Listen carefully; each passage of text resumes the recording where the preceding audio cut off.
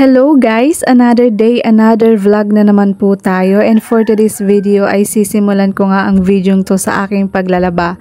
Madami-dami din kasi yung labahin ko, and every Saturday yung schedule ko sa paglalaba, at buti na lang din may washing kami kaya napadali.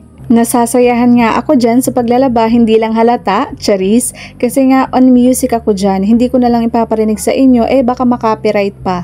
And by the way, ako lang din kasi mag-isa dito sa bahay dahil umalis yung lola at lolo ko. After ko nga maglaba, inaisipan kong magsinangag dahil may natira pa kaming kanin o leftover white brown rice kagabi, charis. Wala lang, napa-English lang. So, eto na nga, naghiwa na din ako ng bawang. Ayan, set aside muna natin. Tapos sibuyas, dahil gagamitin ko po ang sibuyas para sa ulam ko na corned beef.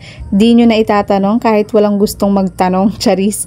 Favorite ko talaga yung corned beef. Share ko lang. At dahil tapos na ako maghiwa, buksan ko na muna yung kalan. At dahil nga kanina nakapagluto ako ng itlog na hindi ko na napakita dito sa video ko, ito uli ang gagamitin natin para sa pagluluto. Pagkatapos inilagyan ko nga uli siya ng mantika.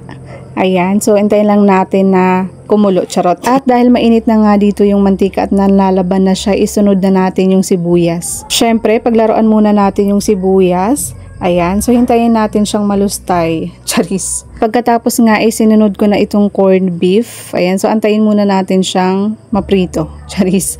So ayan. Next naman ay sinunod ko na nga itong itlog. Ayan, itlog na may corned beef. Corned beef na may itlog. Basta yun.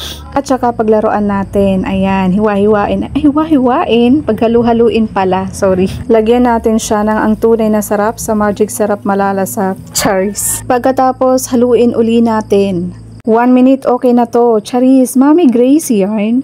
Next naman nalulutuin ko is yung sinangag. So ayan, naglagay na nga ako ng mantika. Tapos yung bawang. Hintayin muna natin mag-brown yung bawang. At dahil brown na yung bawang, sinunod ko na nga dyan ilagay yung kanin. Tapos imimekos-mekos na yan, iinsan ko yan.